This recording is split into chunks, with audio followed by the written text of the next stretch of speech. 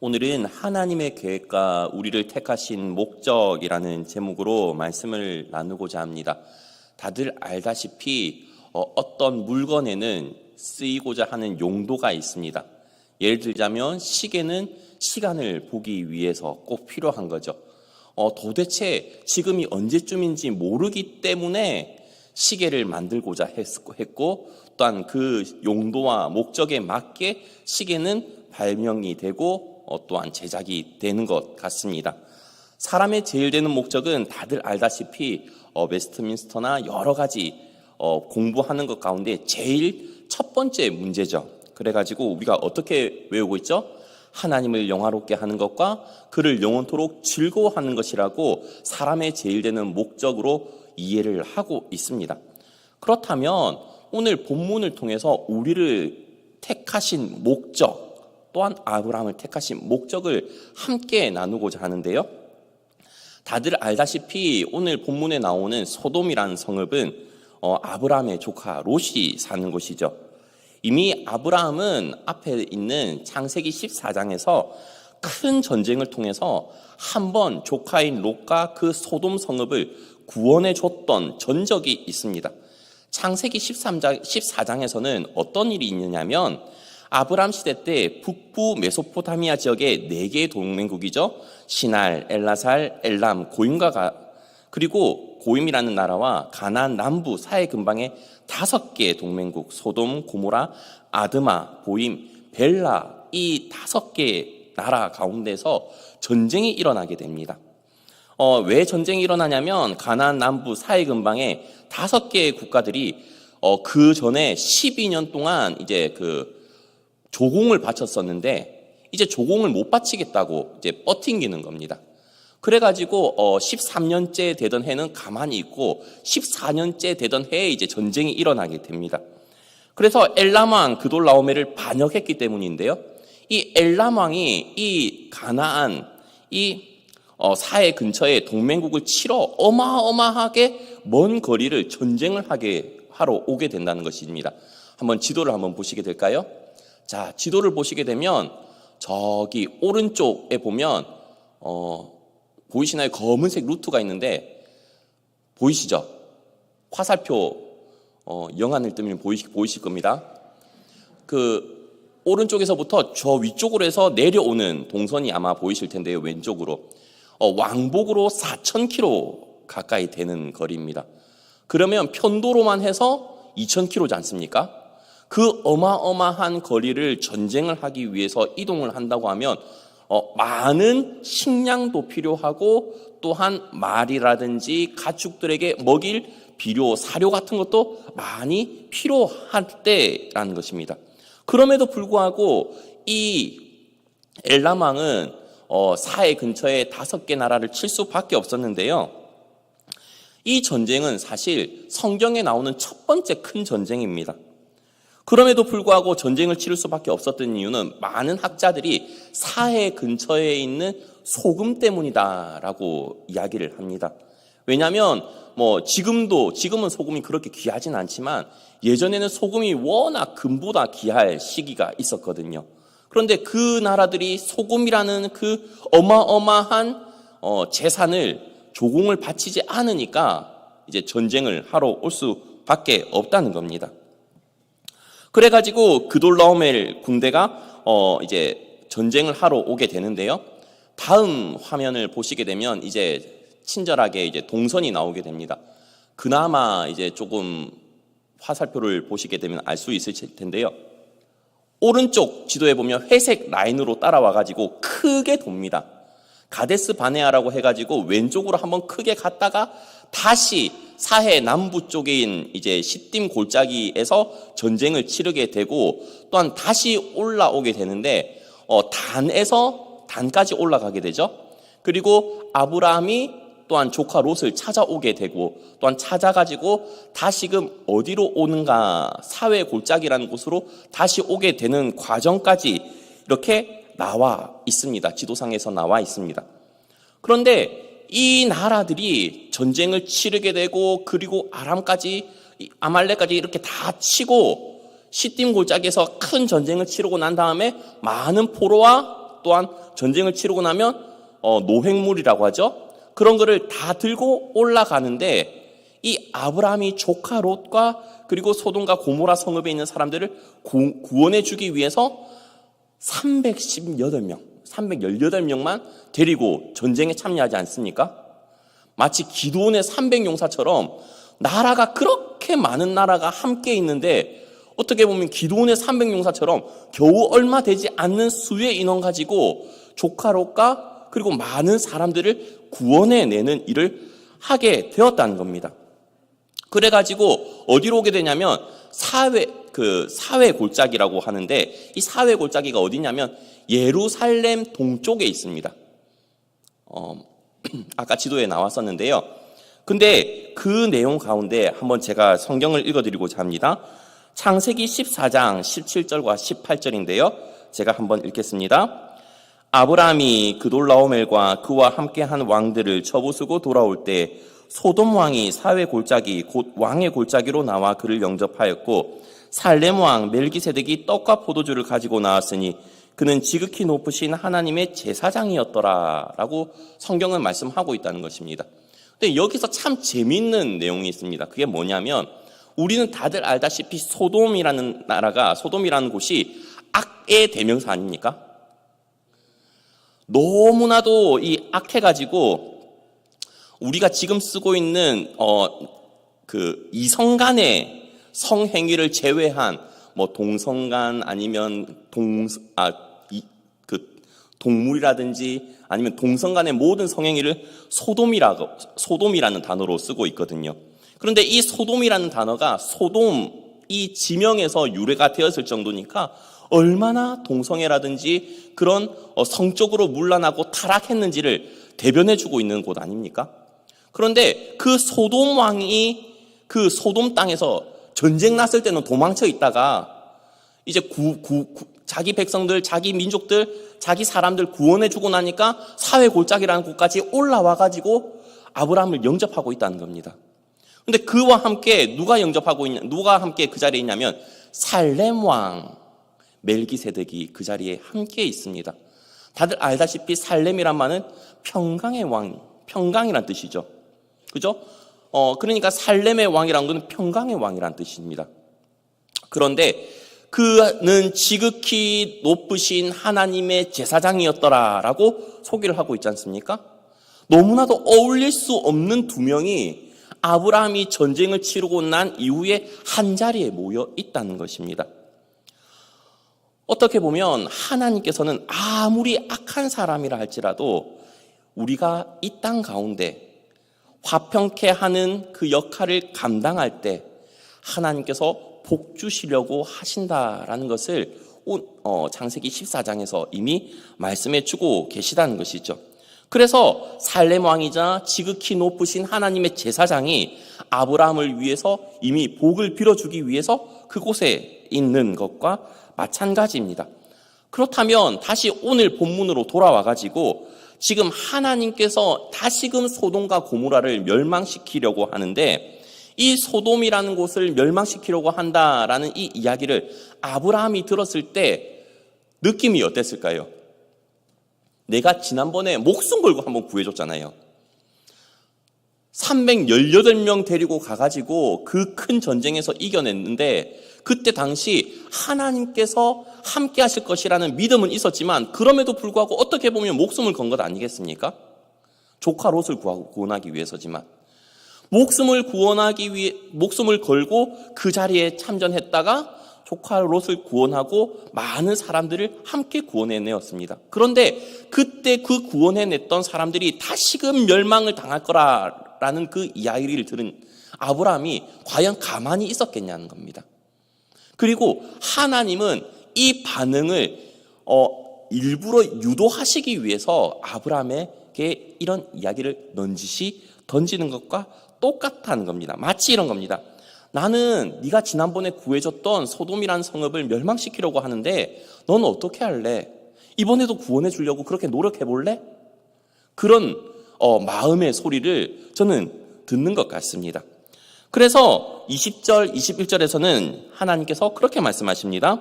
여호와께서 또 이르시되 소돔과 고모라에 대한 부르짖음이 크고 그 죄악이 심히 무거우니 내가 이제 내려가서 그 모든 행한 것이 과연 내게 들린 부르짖음과 같은지 그렇지 않은지 내가 보고 알려 하노라. 그리고 나서 22절부터 33절까지 무려 6번이나 하나님과 씨름을 하는 장면이 나오죠.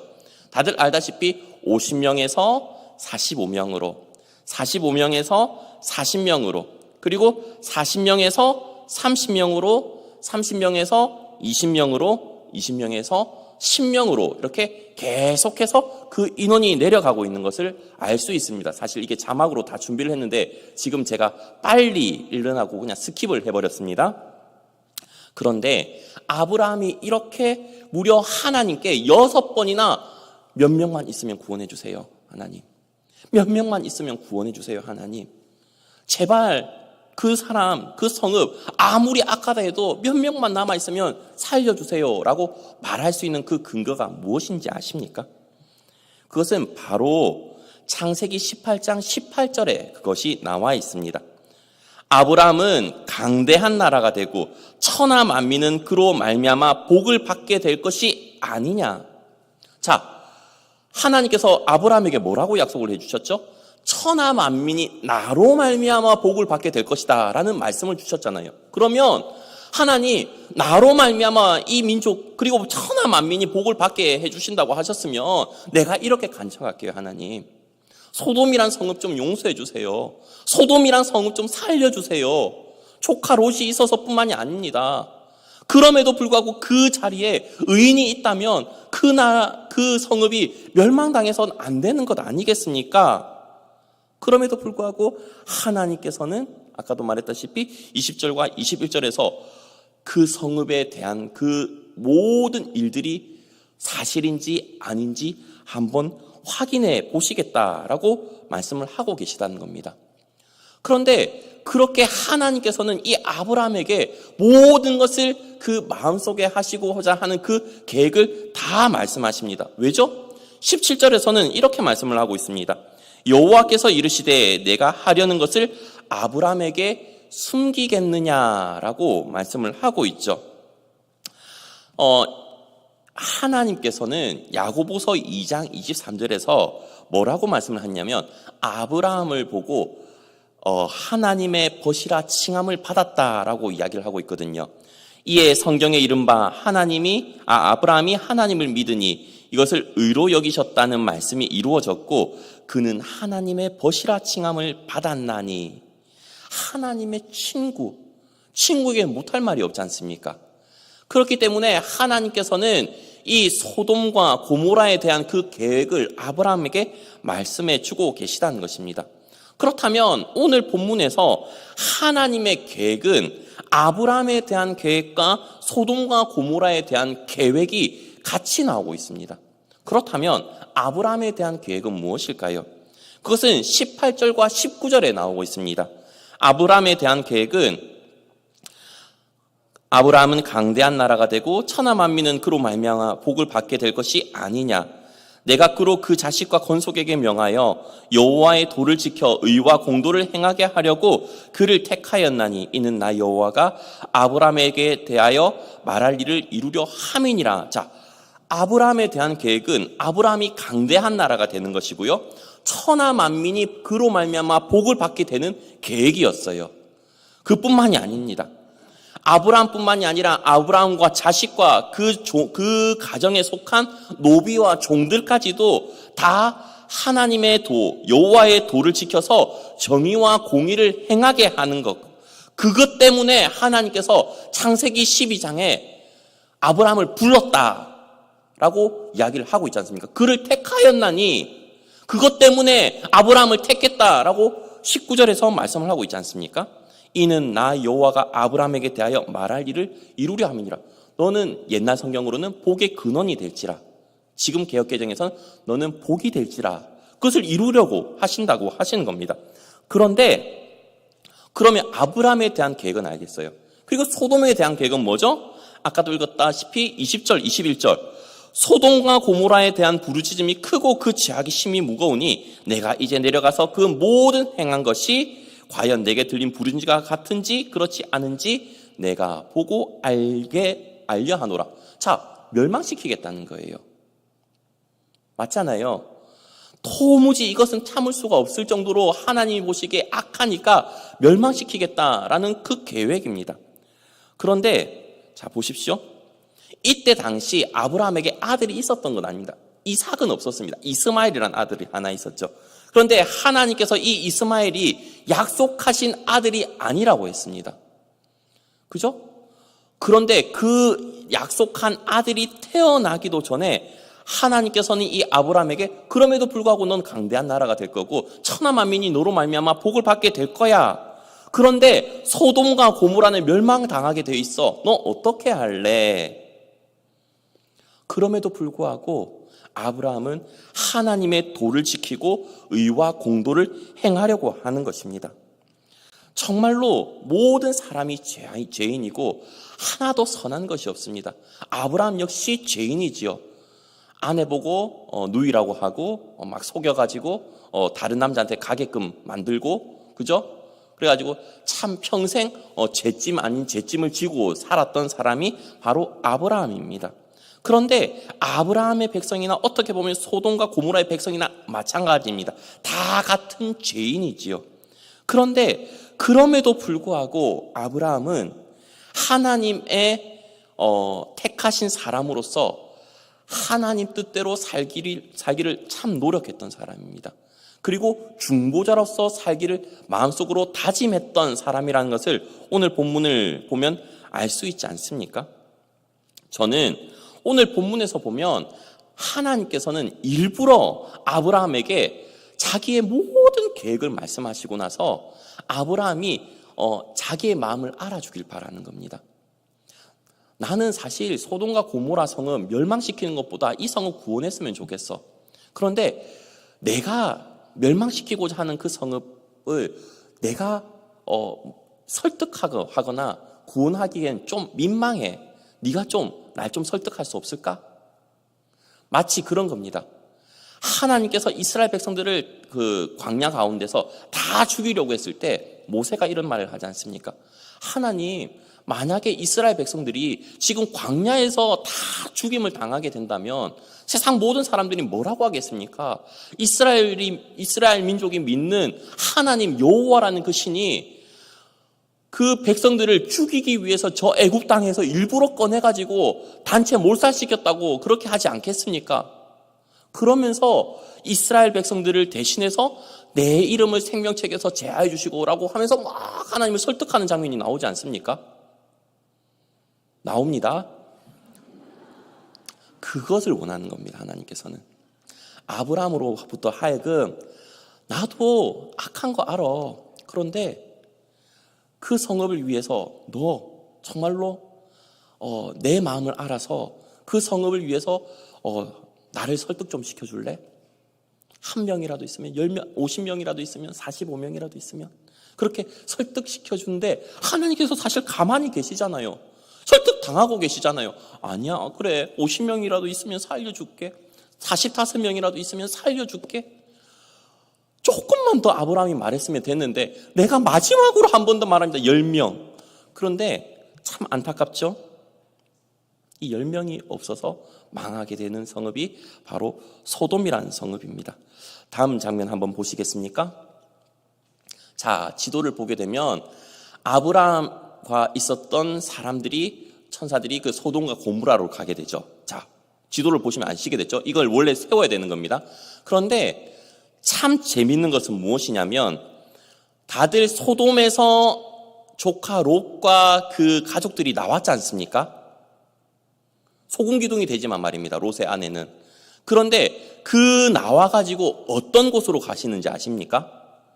소알이라는 땅으로 갑니다. 근데 지도상으로 소알이 어디에 있냐면 저기 소돔이라는 글자 소자 위에 보면 점 하나 찍혀져 있는 거 보이십니까? 영안을 들고 보시면 보이십니다. 저도 사실 안 보이는데 영적으로 어떻게 보려고 노력을 하니까 2.0이 갑자기 되는 것 같습니다. 몽골인이 되는 것 같고. 저렇게 소자 위에 보면 점 하나가 찍혀 있는데 거기가 소알이라고 지도상으로 나와 있다는 것입니다. 뭘 포기하지 못하죠? 눈에 보이는 저 좋은 땅, 아직까지 좋은 땅. 제가 봤을 때는 살기 위해서, 아니 삼촌한테 가면 어디 덧납니까? 아브라함한테 가면 훨씬 더 좋잖아요. 그런데 그깟 자존심 때문일까요?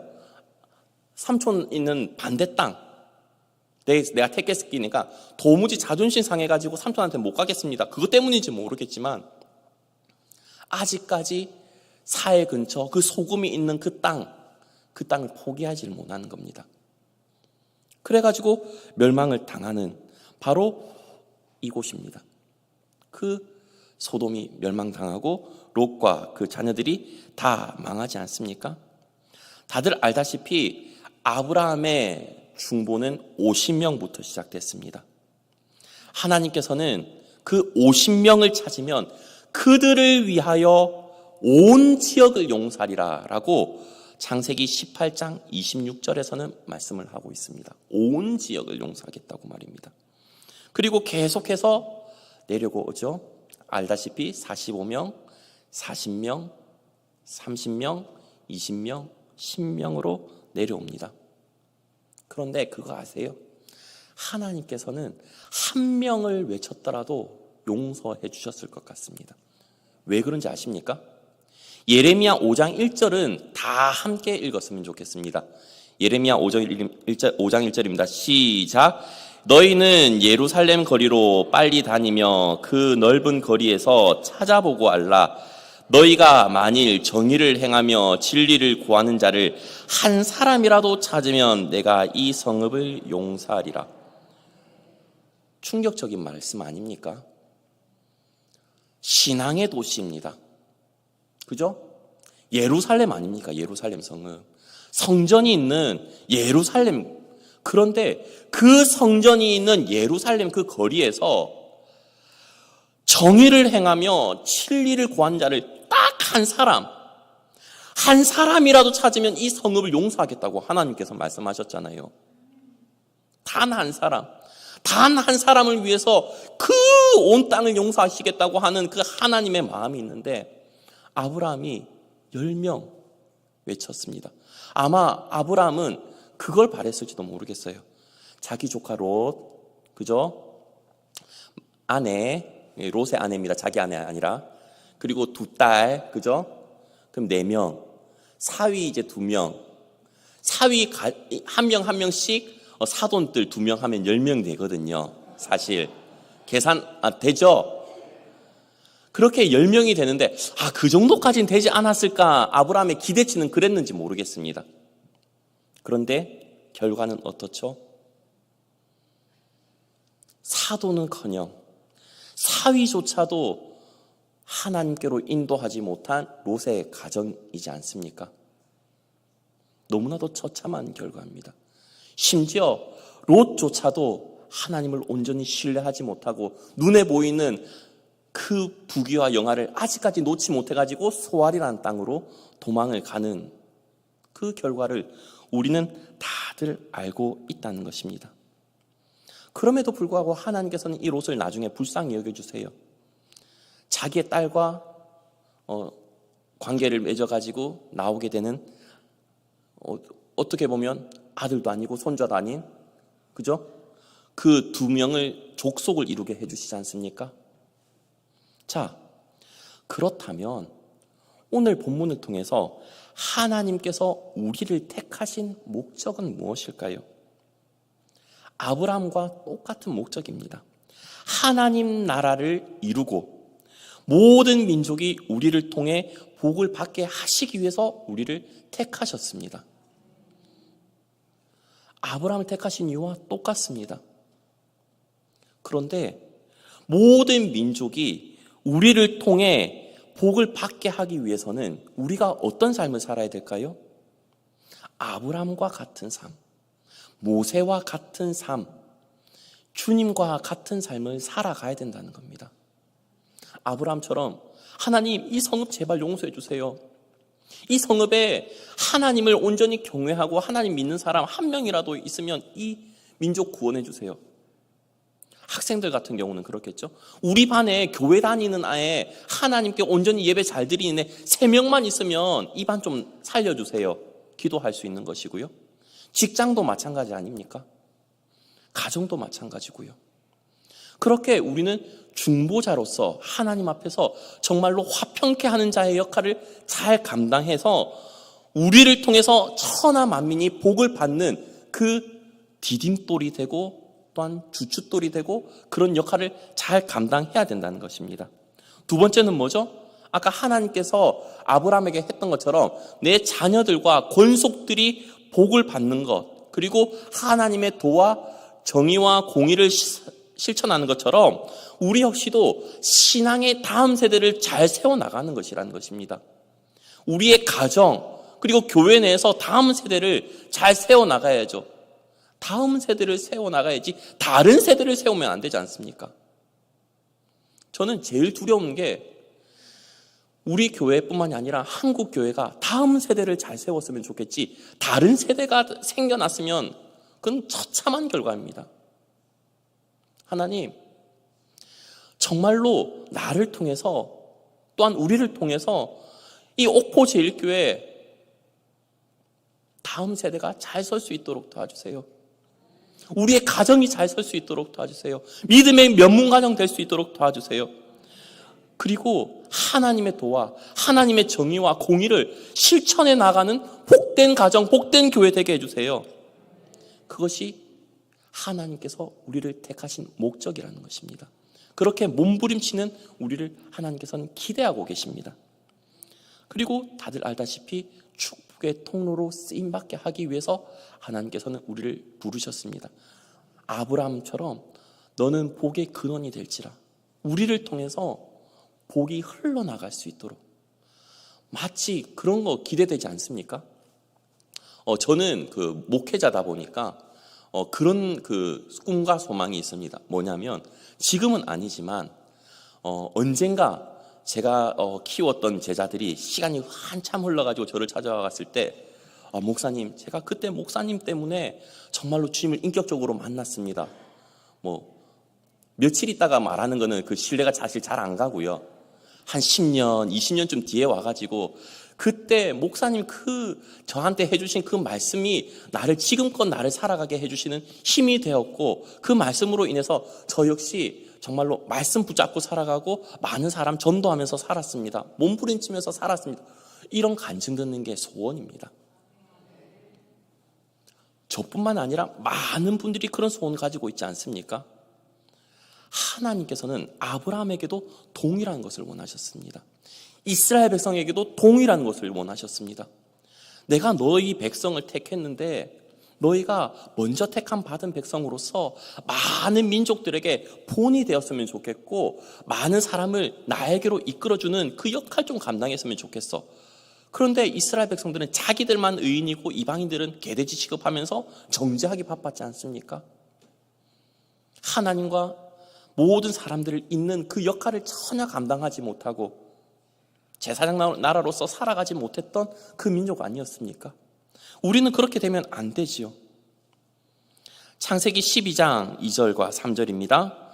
내가 너로 큰 민족을 이루고 내게 복을 주어 내 이름을 창대하게 하리니 너는 복이 될지라. 너를 축복하는 자에게는 내가 복을 내리고 너를 저주하는 자에게는 내가 저주하리니 땅의 모든 족속이 너로 말미암아 복을 얻을 것이니라 하신지라. 하나님께서 아브라함에게 하셨던 그 모든 약속, 그런데 이게 저와 우리 모든 성도님들에게 함께 임했으면 좋겠습니다.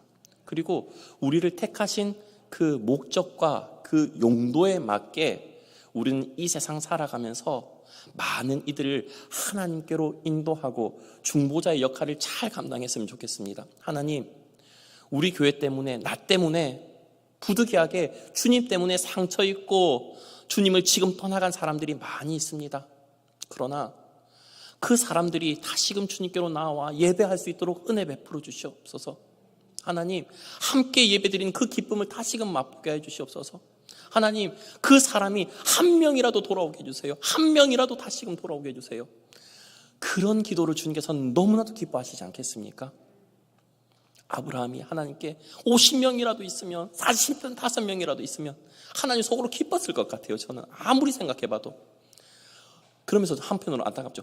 왜 한 번만 더 하지? 왜 한 번만? 그런 마음 안 드셨을까요?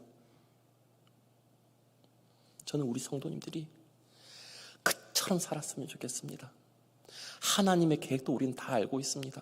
악한 세상 심판도 하셔야 되지만 그 가운데서 한 명을 구원하기 위해서 그렇게 지금도 중보하시는 주님의 그 마음, 성령님의 그 내주하신 우리는 다 알고 있습니다.